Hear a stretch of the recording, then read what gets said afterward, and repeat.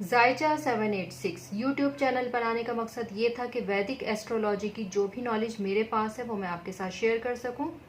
पहले ही बता दूं कि ये वेस्टर्न एस्ट्रोलॉजी नहीं है, इसलिए पहले आपको अपना एसेंडेंट, पहला घर जो भी है, इसमें जो भी नंबर लिखा है वो आपको मालूम होना जरूरी है। अगर आपको मालूम नहीं है तो आप गूगल सर्च कर सकते हैं और अपना बर्थ चार्ट बना सकते हैं। उसमें जो भी पहला घर होगा वो आपका लगन है, आपका एसेंडेंट है। आपका सन साइन जरूरी नहीं कि आपका एसेंडेंट भी हो। जो भी मेरी वीडियोस को शुरू से फॉलो कर रहे हैं वो जानते हैं कि सन साइन और एसेंडेंट में क्या फर्क है। तो इस तफसील में हम जाए बगैर आज की वीडियो शुरू करते हैं। आज की वीडियो में बात करेंगे सेजिटेरियस साइन की। नंबर 9 एसेंडेंट, पहला घर है सेजिटेरियस साइन जिसका नंबर 9 है। बाकी नंबर इसी तरतीब से हम लिख लेंगे। 12 घर है हमारे पास। अब हम इसमें देखेंगे कौन से प्लैनेट्स सेजिटेरियस साइन में अच्छे रिजल्ट देंगे और कौन से अच्छे रिजल्ट हमें नहीं देंगे। तो पहला घर है सेजिटेरियस का जिसका लॉर्ड है जुपिटर। जुपिटर इस घर में लग्नेश है तो लाजमी वो अच्छे रिजल्ट देगा। दूसरा घर जुपिटर के पास है 4 नंबर, जहां पर 12 नंबर लिखा हुआ है, वो पाइसिस का साइन है। दोनों घर अच्छे हैं, लग्नेश है तो लाजमी जुपिटर यहाँ पर हमें पॉजिटिव रिजल्ट ही देगा। दूसरा घर है कैप्रिकॉर्न का जिसका लॉर्ड है सैटर्न, और सैटर्न का दूसरा घर है एक्वेरियस के पास। तो यहाँ पर हमें तीसरे और दूसरे दोनों घरों की हमारे पास एनर्जी है सैटर्न की। जुपिटर और सैटर्न आपस में दोस्त नहीं है, घर भी अच्छे नहीं है, तो यहाँ पर हमें सैटर्न के अच्छे रिजल्ट नहीं मिलेंगे।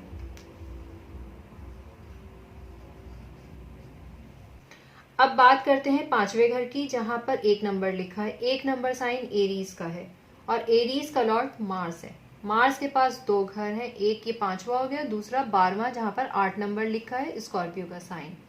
ठीक है, तो 2 घर हमारे पास मार्स के हो गए।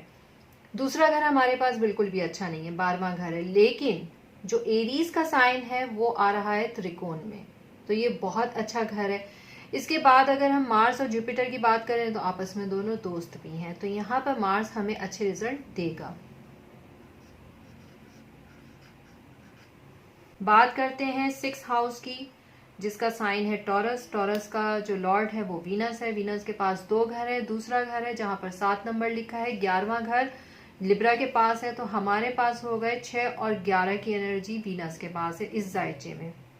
तो वीनस के पास दोनों घर अच्छे नहीं हैं, फिर वो जुपिटर का दोस्त भी नहीं है, तो वीनस हमें इस जायचे में अच्छे रिजल्ट नहीं देगा।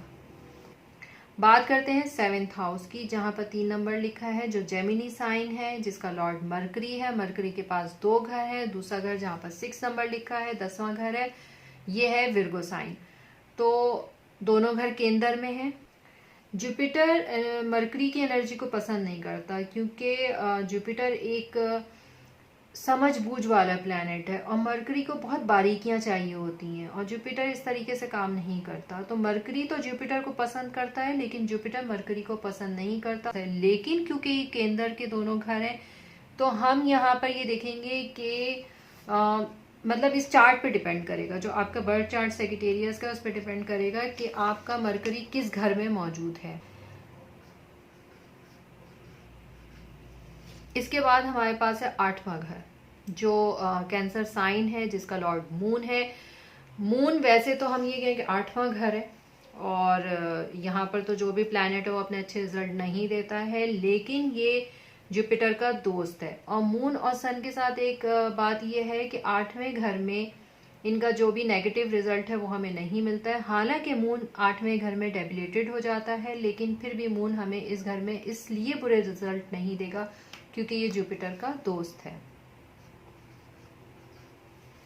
इसके बाद हमारे पास है 9th हाउस जहां पर 5 नंबर लिखा हुआ है और ये ल्यू साइन है जिसका लॉर्ड है सन।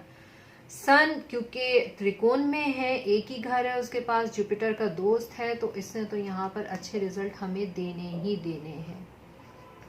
तो ये सेजिटेरियस का हमारे पास जायचा कंप्लीट हो गया। कौन से प्लैनेट्स हमें पॉजिटिव रिजल्ट दे रहे हैं, कौन से नेगेटिव। नेगेटिव बहुत कम है, सैटर्न और वीनस। पॉजिटिव में जुपिटर, मार्स, मरकरी, मून, सन।